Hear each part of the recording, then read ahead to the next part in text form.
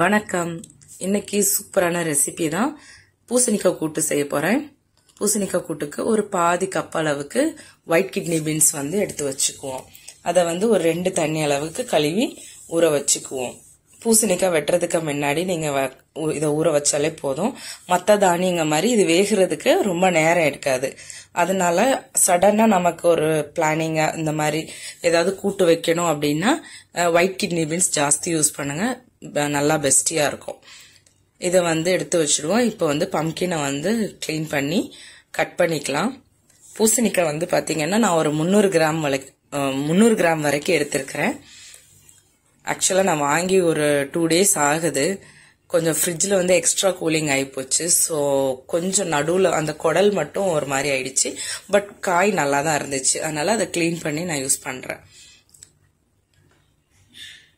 இப்ப பாத்தீங்கன்னா தெரியும். நீங்க மேக்சிமம் உங்களுக்கு பூசணிக்காய்க்கு தோல் எடுத்துதான் நீங்க யூஸ் பண்ணுவீங்கனாலும் பிரச்சனை இல்லை. இந்த மாதிரி தோலோடையும் சமைக்கலாம். கொஞ்சம் பெரிய பீஸா நம்ம கட் பண்ணிக்கிட்டோம்னா சாப்பிடும் போது நல்லா இருக்கும். ரொம்ப குழையாம இருக்கணும். அதனால இந்த அளவுக்கு கொஞ்சம் கட் பண்ணிக்கோங்க. இதுக்கு கூட ஒரு அரை தக்காளி, கட் பண்ணி வச்சிருக்கிற பூசணிக்காவையும் குக்கர்ல சேர்த்துக்குவோம்.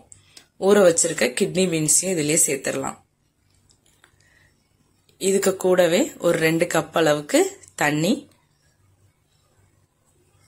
உப்பு, மஞ்சத்தூள் இவ்வளவு போட்டு ஒரு 3 கப் அளவுக்கு 3 விசில் வச்சிருங்க. தானாவே ஏர் ரிலீஸ் ஆகட்டும். நீங்களா எடுத்து விடாதீங்க. அப்போ உங்களுக்கு கரெக்டா இருக்கும். கூட்டுக்கு மசாலாக்கு ஒரு அரை டேபிள் ஸ்பூன் அளவுக்கு ஜீரகம் சேர்த்துக்குவோம். 3 பல்லு பூண்டு கம்ப்ளீட் ஆப்ஷனல்.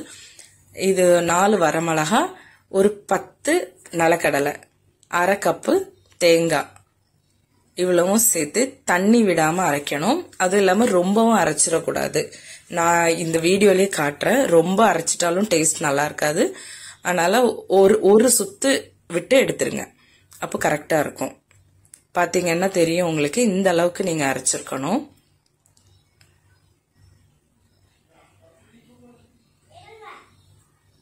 இன்னைக்கு மெனு பாத்தீங்கன்னா பொரிச்ச ரசமும் ஒயிட் ரைஸ், பூசணிக்காய் வெந்துட்டு இருக்கு.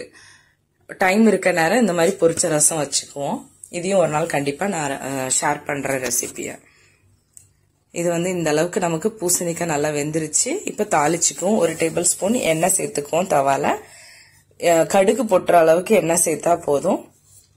இதுக்கு கூட கருவேப்பிலை சேர்த்துட்டு, கருவேப்பிலை கொஞ்சம் முருகலா ஆன உடனே நம்ம வேக வச்சிருக்க பூசணிக்காவையும் இதுல சேர்த்துக்குவோம்.